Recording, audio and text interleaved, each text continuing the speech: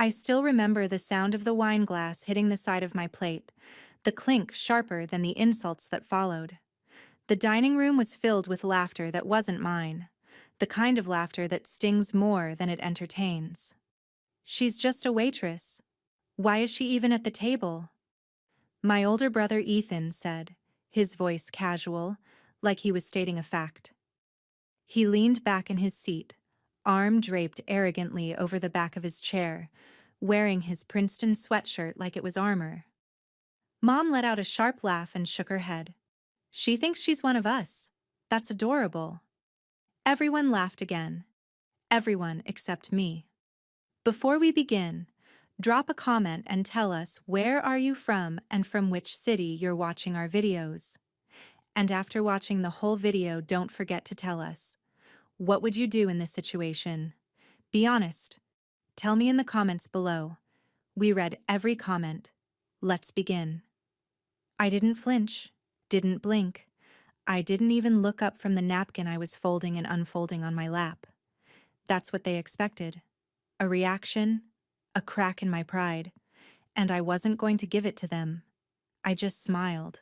Small, quiet, dangerous. Because I knew something they didn't, and that knowledge was seconds away from pulling up in a black limousine.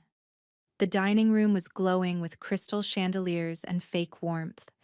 The air smelled like rosemary lamb, money, and cruelty. It always did when I came back here. Dad sat at the head of the table, swirling his scotch and acting like he wasn't hearing every word. But his silence was louder than anything Ethan said. This wasn't the first time they looked down on me. Not even close. After I dropped out of business school and started waitressing full-time to pay off debt, they acted like I'd turned into some feral creature from outside the gate. But they never asked why I left school. They never asked how I was doing. They just saw the apron, not the fire behind it.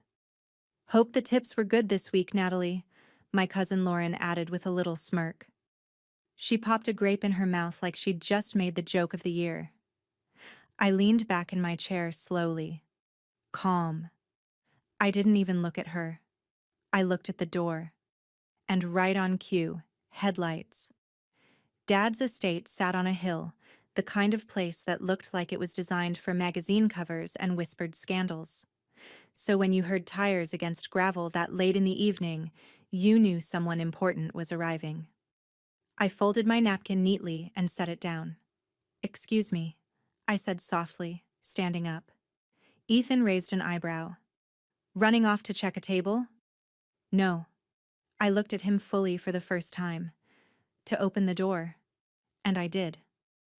I walked through the long hallway, past the polished art that felt like it was staring at me, down the stone steps and onto the driveway.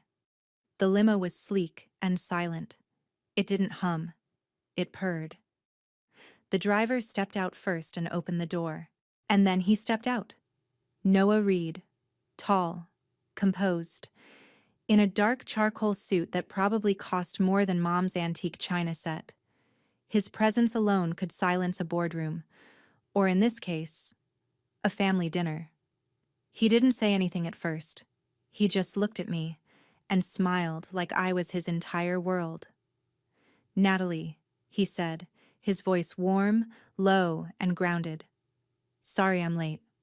It's perfect timing, I whispered, my eyes never leaving his. He reached into his pocket, pulled out a small black box, and slipped it back in just as quickly. Then he took my hand, and we walked inside together.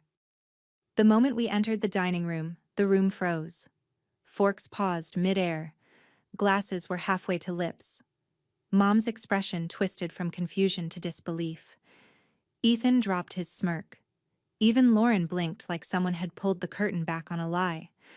I could feel every pair of eyes lock onto us, onto him, and then onto me. Noah leaned slightly toward me and whispered, "Is this the moment?" I nodded. It's the moment. He stepped forward, straightened his jacket, and addressed the room with the calm control of a man who owned his world. Good evening. Sorry to interrupt dinner. I just couldn't wait to see Natalie. Ethan scoffed. Who the hell are you? Noah smiled gently. Noah Reed. There was silence. Dead, brutal silence. Because that name carried weight. Reed Innovations. Reed Aerospace. One of the youngest, most private billionaires in the country. The kind of man who didn't show up anywhere uninvited, and definitely not at family dinners for just a waitress. Mom's lips parted like she wanted to say something, but nothing came out. I didn't realize Natalie's family was so... Noah paused, glancing around. Curious about her life. Dad cleared his throat, finally standing. You're Noah Reed? I am. And you're dating my daughter? I'm in love with her. I didn't even react, because I knew what came next would break them. But she's... Ethan started but stopped himself. A waitress? Noah finished, looking straight at him. She was, when I met her. Wait, you met at the restaurant? Lauren gasped. Noah nodded. She was helping a crying kid calm down in the corner booth while still managing 3 other tables. I watched her handle that chaos with grace, patience, and kindness. That night, I came back just to thank her. The next day, I left a note with a phone number. He turned toward me again. Best decision I've ever made. And for the first time, I spoke. Not to them, but to him. Want to stay for dinner? He smiled. Not unless we're treated like we belong. Silence again. Until Mom finally broke it, her voice trembling. Of course, dear. Of course you're welcome. But I didn't move. I turned to them all, one by one. I was never the disappointment, I said softly. You just didn't understand who I was. Noah held out his hand again. And this time, I didn't just take it. I walked out with it. And behind me, I left their silence. But that was just the beginning. The ride back from that dinner was dead quiet for the first few minutes. Noah didn't say much. He held my hand like it was something fragile, but not because I was weak. Because he knew exactly how much I'd held inside that whole evening. I should have spoken up earlier, he finally said, eyes fixed on the road ahead. I saw the look in your mom's eyes. That wasn't judgment. That was cruelty. I know, I whispered. You okay? I nodded. I've been through worse, but tonight was different. It didn't hurt me, it embarrassed them. He smiled faintly. Good. Because they deserved it. I exhaled slowly, the weight of years lifting off me inch by inch. That dinner wasn't just about the insults. It was about every time they ignored my efforts. Every birthday forgotten. Every eye roll when I mentioned work. Every snide, backhanded comment at every family event. That was the last time I'd ever sit at their table on their terms. When we got back to Noah's penthouse, I stepped out of the limo and stared up at the building. Floor-to-ceiling glass, a rooftop garden, and a private elevator. The kind of place they said girls like me would never walk into, unless we were delivering food. Inside, everything smelled like cedarwood and fresh linen. It wasn't flashy. It was calm, grounded, like him. I kicked off my heels, sat down on the leather sofa, and curled up without a word. Want tea? He asked. I nodded. He came back with 2 mugs, placed mine gently in front of me, and sat beside me, a respectful distance away. You held back tonight, he said after a moment. I had to, I replied. I wanted to scream, but I didn't want them to think they got to me, and I didn't want to ruin my makeup. Noah laughed softly. That's honestly terrifying. You stayed that calm while holding all that in? I turned toward him. You saw what they did. He nodded. Yeah, and I saw how you didn't flinch. That's strength. I didn't want to be the angry one, I muttered. They always want to paint me like that. Like, I'm ungrateful, bitter, defensive. But tonight, I wanted them to see grace, quiet strength, let them feel small. You didn't just make them feel small, he said, placing his mug down. You made them irrelevant. I looked at him, really looked at him. Not for the money, not for the name, but for the way he looked at me. Like I wasn't just someone who'd been hurt, but someone worth protecting, worth standing next to. You didn't have to come tonight, I said quietly. I had to, he said, because you've never asked for anything, and I know what it feels like to stand in a room where you're expected to shrink. That hit something deep. The silence between us wasn't awkward. It was safe. Then Noah added, You're not done with them, are you? I raised an eyebrow. What do you mean? They're going to try to win you back. They always do. The moment they realize who you're with, they'll pretend tonight never happened. My smile returned, but colder this time. Good. Let them. I have a few surprises left.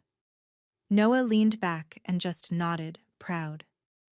And that night, as I lay in his bed, staring at the ceiling, I knew. I wasn't going to walk away quietly. I was going to make sure the next time they saw me, they'd never forget it. The next morning, I woke up to 3 missed calls.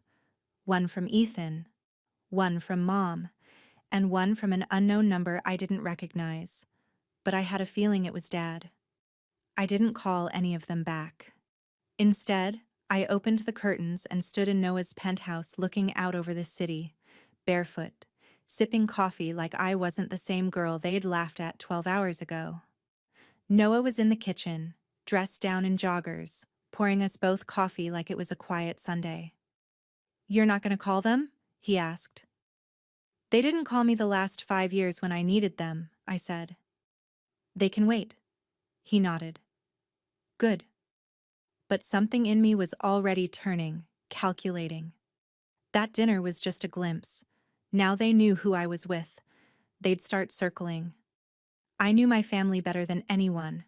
They'd try to play nice, invite me to things, act like they always respected me. I had no intention of letting them rewrite the story, but I wasn't going to start a fight either. I was going to let the truth humiliate them. That afternoon, I got a text from Lauren. Hey girl, I hope I didn't say anything weird last night. You looked amazing. Hope we can catch up sometime. I stared at the message for a second and laughed under my breath. Noah peeked at my screen. Friendly all of a sudden, huh? Predictable, I muttered. Over the next 2 days, the messages rolled in. Aunt Janice wanted to invite me to a charity event. My mother sent a forwarded invitation to a family brunch next weekend saying, We'd love to see you again. You're always welcome, sweetheart. I hadn't heard her call me sweetheart since I was 17. And then came the call I didn't expect. Dad. I let it ring once, twice, then picked up. Hello? I said coolly. He hesitated. Natalie, I was hoping we could talk. In person. You never liked talking before. He sighed. Things change. No, I changed. A beat of silence. I know I haven't been supportive. But I think we got off on the wrong foot the other night. I almost laughed. You think insulting your daughter in front of strangers was just a bad start? He cleared his throat. I'm trying here. I let the silence stretch, then said, You want to meet?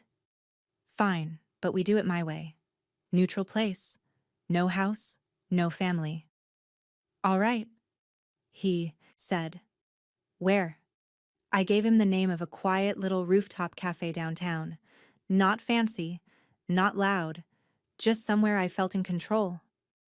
Noah offered to come with me. I said no. I needed to face this one alone. When I arrived, Dad was already seated, looking stiff and uncomfortable in a suit too formal for the place. He stood when he saw me, but I didn't offer a hug. Thanks for meeting me, he said. I'm curious why you asked. He looked away for a second, then back at me. Your boyfriend, Mr. Reed. I didn't know you were involved with someone like that. I tilted my head. Would it have changed how you treated me? I didn't mean it like that. You meant exactly like that. He sighed and looked down at the table. Look, Natalie, I know we've had our differences, but the family, they're talking. People are impressed. They want to reconnect. I leaned forward, slowly, calmly. Are you here because you care about me, or because suddenly I'm a good look for the family? He blinked. I. Because I don't remember a single call when I was working doubles to cover my rent. I don't remember support when I left school because I couldn't afford it after Mom cut me off. I don't remember you showing up for me, only for appearances. He looked like he wanted to argue, but he didn't. I'm not angry, I said. Not anymore. I'm done. So, that's it? He asked, voice shaking slightly. Number this is it, I said, pulling a small envelope from my bag and sliding it across the table. He hesitated. What's this? An invitation to the Reed Foundation Gala, black tie, this Friday.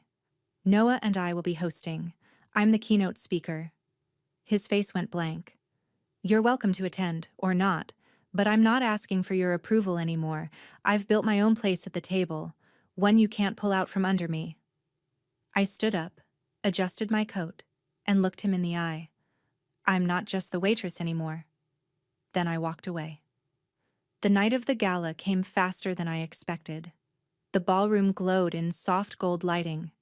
Floor-to-ceiling windows overlooked the skyline. Waiters floated across the room with trays of champagne, the air filled with soft jazz and quiet murmurs of high-powered conversations. And I stood in the center of it all, wearing a black velvet gown, minimal jewelry, confidence as my only real accessory. Noah stepped beside me, fixing my hair gently behind my ear. "You're ready?" he asked. I nodded, but my fingers were tense around my clutch. "Just remember," he whispered, "you don't owe them anything." The Reed Foundation Gala was more than just a fundraiser. It was the event that drew media, CEOs, politicians, and tech giants. That's why I knew when my family entered, it wouldn't just be for support. It'd be for show. Sure enough, 20 minutes later, I saw them. My parents, Ethan, Lauren, even Aunt Janice. They walked in like they'd always belonged, but they didn't look at me the way they used to. This time, they looked nervous. Ethan was the first to approach. "Natalie," he said with a tight smile, "you look different." I tilted my head. "You mean like I'm not balancing trays of martinis?" He forced a chuckle. "Yeah, something like that." Mom stepped in. "We're proud of you, sweetheart." I blinked slowly. "Since when?" She flinched at that. I didn't raise my voice. I didn't scowl. I smiled. "Thank you for coming," I said. "Hope you enjoy the evening." Then I walked away before they could respond. Later, as I stood at the podium, cameras flashing, a sea of powerful people watching, I took a breath. "My name is Natalie Vaughn," I began. "I'm not the daughter of a dynasty. I wasn't handed a business or a title. I started with a name tag and a $7.25 hourly wage, a few chuckles. But that job taught me everything I needed to know about people, about dignity, and about power. And eventually, someone saw me. Not for what I did, but for who I was. That changed everything." I looked directly at my family. "I'm not here tonight because I married into wealth. I'm here because I fought for myself when no one else would." The room applauded. Loud. Real. My mother dabbed her eye with a napkin. Dad couldn't even look at me. And Ethan, he looked small. After the event, I stepped out to the terrace alone. Noah joined me a few minutes later. "You did it," he said softly. "No," I whispered. "I became it." He smiled. "I don't hate them," I admitted. "I just don't need them anymore. That's real power," he said. And that moment felt like closure. Not because they finally saw me, but because I no longer needed to be seen by them. A week passed. No calls, no texts, nothing from my family after the gala. I expected that. They weren't angry. They were embarrassed. Because for once they couldn't rewrite the ending. They had to live with it. One afternoon, I was back at the same cafe where I met Dad days earlier. Except this time, I was sipping coffee with someone else. Vanessa, my old friend from the diner. She looked at me across the table wide-eyed. "So you're telling me, your mom actually said she thinks she's one of us?" I nodded, sipping my drink. Right in front of everyone. And then Noah rolled up in a limo like some Netflix movie ending? Pretty much. Vanessa whistled. "Girl, I wish I had that kind of karma." I laughed. "It's not karma, it's clarity. I stopped waiting for their love and gave it to myself instead." That night I went home to Noah's place. Or, our place now. He greeted me with that same warm smile and kiss to the forehead. No stage, no audience. Just real care. We sat together on the couch, legs tangled as we watched the city lights glow below. He turned toward me.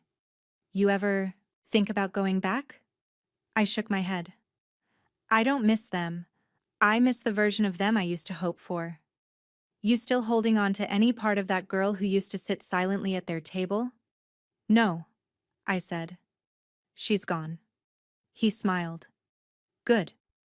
Just then, a letter slid through the door. I stood and picked it up.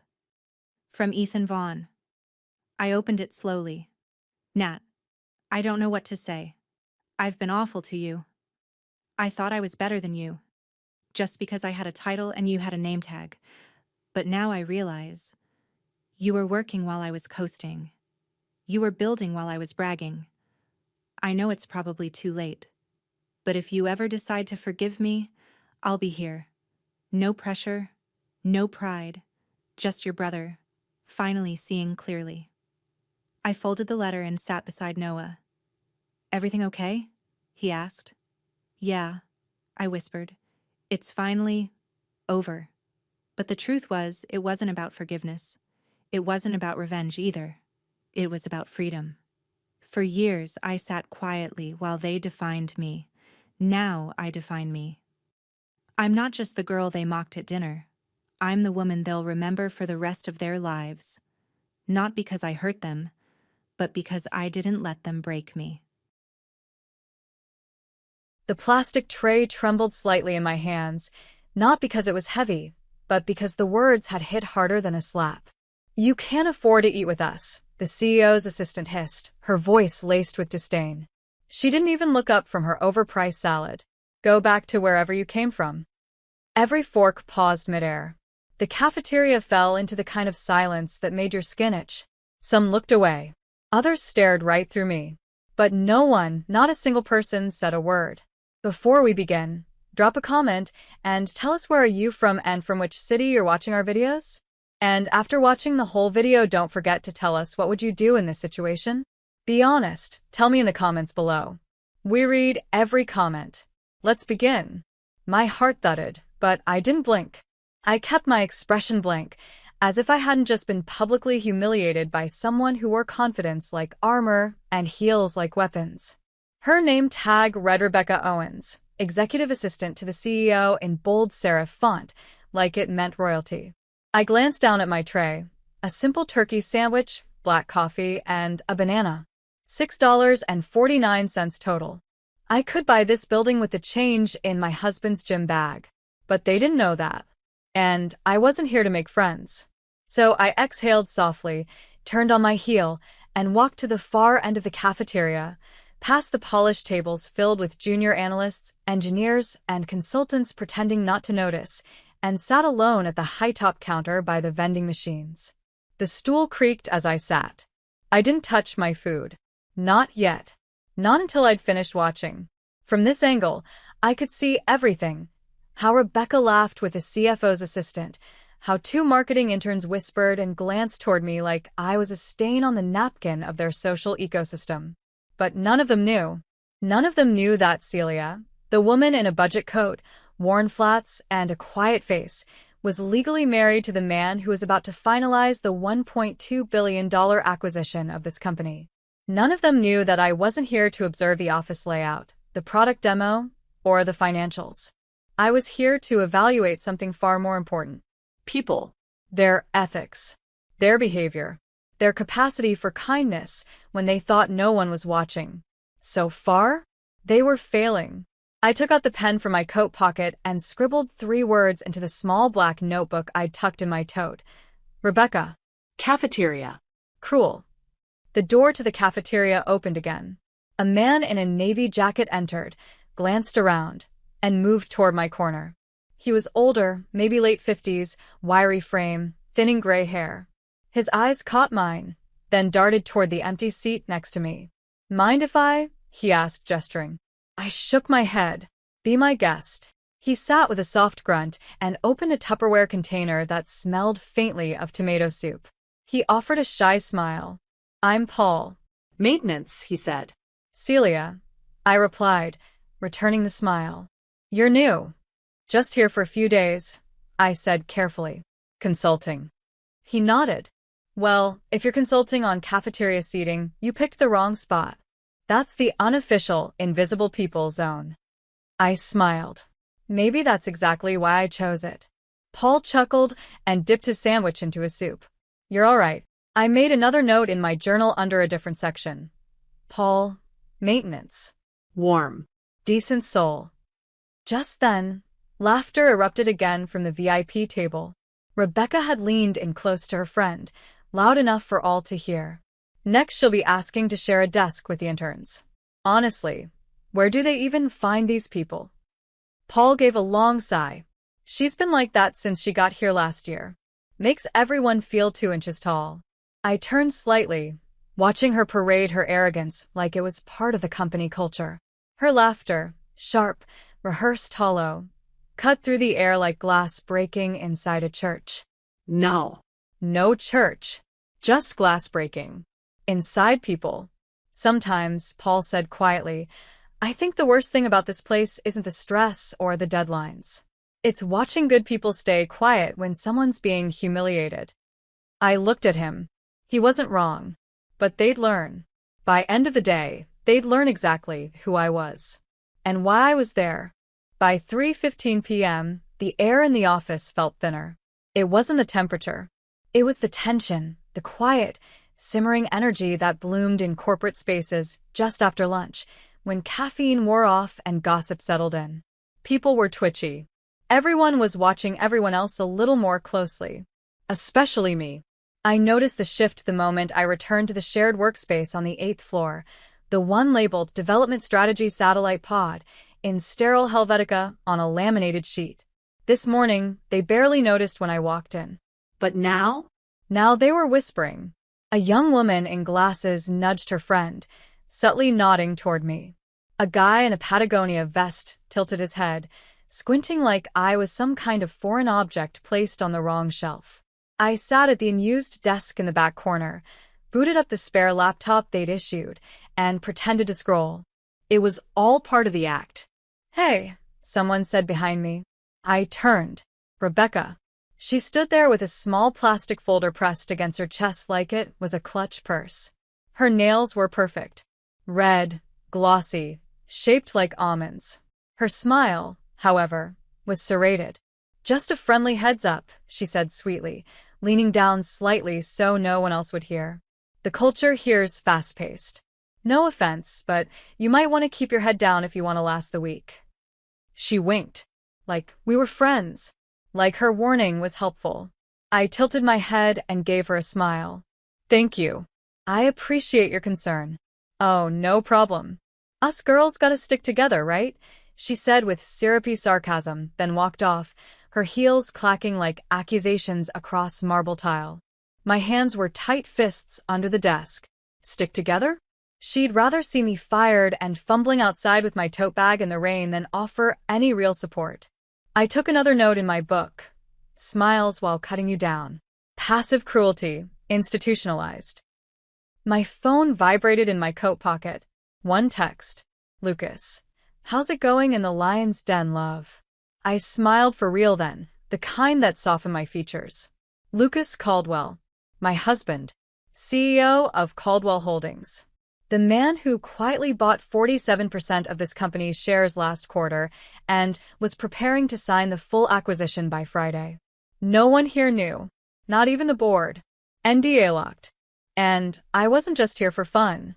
I was the final test. Lucas always said, a company's real culture isn't what's in the handbook. It's what they do when they think no one's watching. And today? They were failing. Another ping. Lucas, I'll be there by 6. Ready to meet the wolves? I typed back. They're already baring their teeth. Just as I slipped the phone away, the guy in the vest walked by and dropped a stack of printouts in front of me. Need you to organize those by vertical market penetration for the pitch tomorrow. I blinked. I'm not part of your team, I said gently. He scoffed. Yeah, no kidding. Just do it anyway. Rebecca said your temp support. I looked at the pile, then at him. He didn't even make eye contact. Didn't ask. Just assumed. Another scribble in my notebook. Entitled, Gendered Assumption. Dismissive. Across the room, Paul, the maintenance worker from lunch, caught my eye. He was swapping out a fluorescent tube in the ceiling, balancing awkwardly on a rickety ladder. Our eyes met. He raised his brows, as if asking, you good? I gave a small nod. Barely. The guy with the vest turned to leave but mumbled under his breath as he walked off. This is why they don't pay interns. I froze. That was it. That was the narrative they'd built for me, that I was an intern or temp, maybe even a mistake from HR. A face without a title. Just enough of a nobody to step on. They didn't even ask my last name. Didn't connect it with Lucas Caldwell. Didn't realize the same woman they mocked would soon have access to every one of their HR files. At 5:48 p.m., the emails started flying. The front desk buzzed with word of a VIP visitor.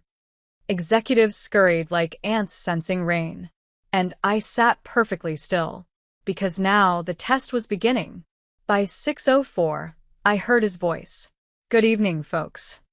Lucas had that voice, calm, measured, and impossibly commanding. The entire floor froze. I stepped out of my chair and walked into the hallway just as he entered the glass conference room. Rebecca's mouth fell open. She stumbled to her feet, fumbling her clipboard. The guy in the vest straightened so fast his chair rolled back into the printer. Lucas looked right past them and locked eyes with me. Darling, he said, opening his arms. I walked to him. Calm. Steady. And when I stepped into his arms, you could feel the silence. Pin drop. Rebecca's lips parted like she was trying to form a sentence.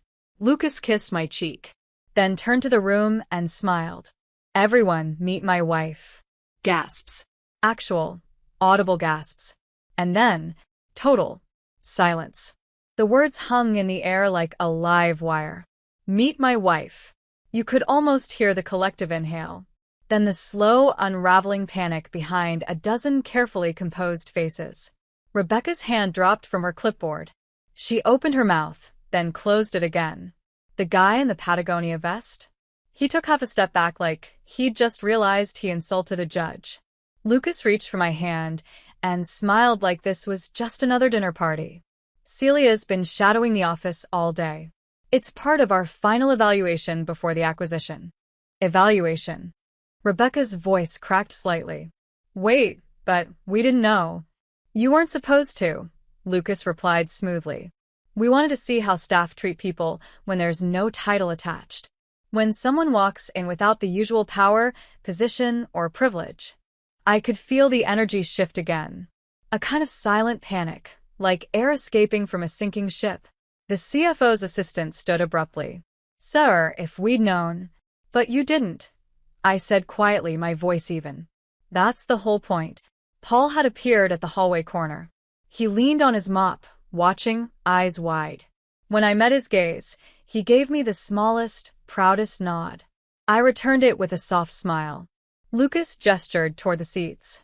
We'll be reviewing our findings tonight, but I wanted to meet the team personally before signing off. Rebecca's eyes were glassy. Her smile looked broken. Mr. Caldwell, I think there's been a misunderstanding. Lucas turned to her. Your name's Rebecca Owens, right? She stiffened. Yes, sir. You'll receive your severance details by end of the week. It was delivered so calmly, so cleanly. No shouting, no spectacle, just a verdict. Rebecca swayed where she stood. Wait, what? Lucas didn't flinch. We don't tolerate cruelty at Caldwell Holdings. Not in private, not in public, and certainly not toward people you think are beneath you. He looked around the room. Anyone else who participated in that culture will be under review. No one moved. No one even breathed. And that's when it hit them. This wasn't just a company acquisition. This was a cleansing. I stepped forward. And, to be clear, it's not just about what you did to me. It's what you didn't do when others were being mistreated. The silence. The looks. The whispered laughs. I turned to Paul, still standing quietly in the hall. But not everyone failed. Lucas followed my gaze, then raised his voice just enough for the room to hear. Paul, would you join us for a moment? Paul stepped forward slowly, still holding his mop. Lucas extended his hand. Thank you for showing the kind of humanity this company desperately needs more of. Starting Monday, we'd like to promote you to facilities coordinator. Full benefits. Bonus included. Paul blinked. Sir, I just fix lights. Lucas smiled. And today, you lit up the only decent part of this entire floor. A few gasps. A few lowered heads. The weight of truth was finally settling in. Some were scared. Some were ashamed. But most? They were speechless. And that was exactly the point. The meeting dissolved like sugar in boiling water. No one spoke. Some tried to slink away, but Lucas stopped them with a single look. If you're in a rush, he said calmly, you might not want to be here tomorrow. Silence. He turned to me.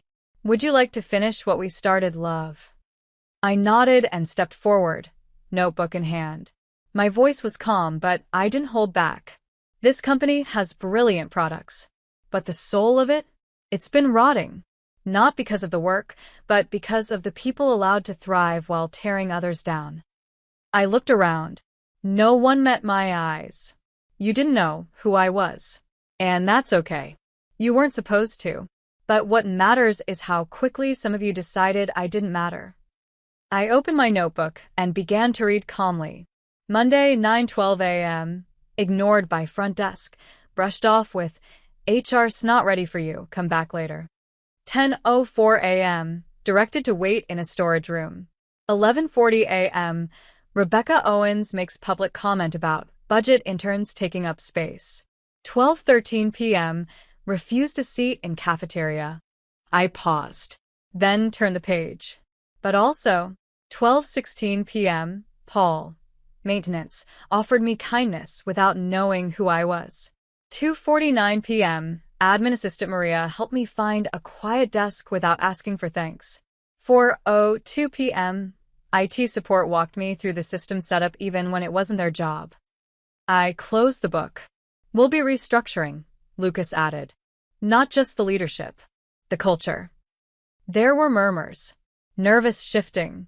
Someone raised a hand, a young guy from HR, maybe mid-30s. So, is everyone being let go? Lucas smiled. No. Just those who've made it clear they don't value people. Titles can be trained. Character can't. Rebecca still stood there, white as printer paper.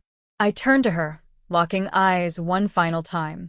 You asked me earlier to go back to where I came from, so let me return the favor. Her mouth parted slightly. Go back to wherever you learned to mistake cruelty for confidence. And with that, I walked out of the room. The silence behind me was deafening, but I didn't look back.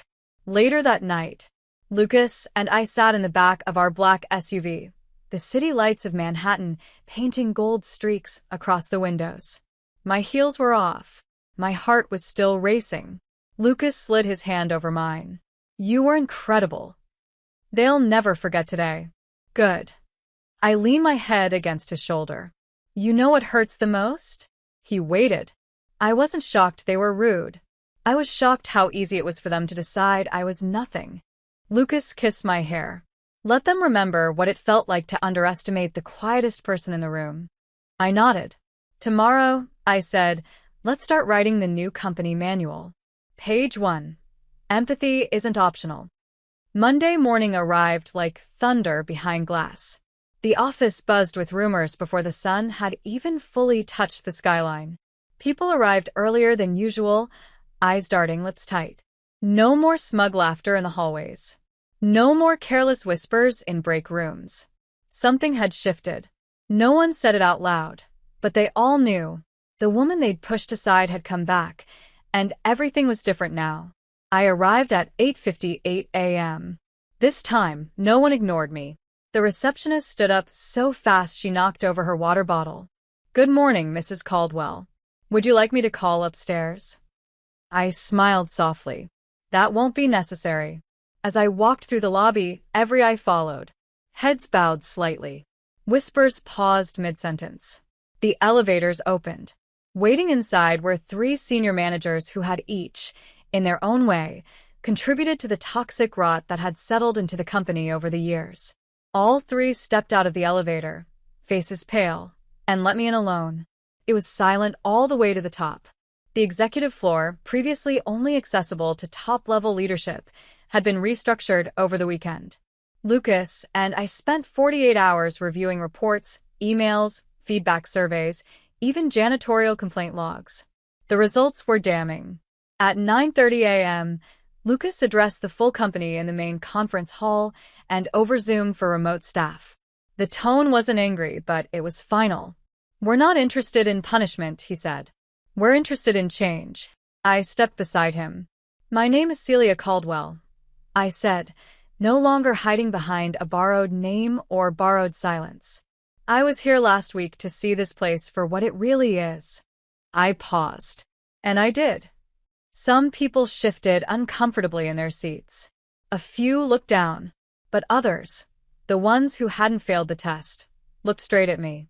Maria. Paul. The intern who offered me her seat when the conference room filled up. The quiet engineer who complimented my note-taking. They were still here, because they deserved to be. I'm not interested in revenge, I continued. But I am interested in making sure this place never again tells someone they don't belong. Then I stepped aside. Lucas took the mic again. We're forming a new internal team called the Culture Core. It will report directly to Celia.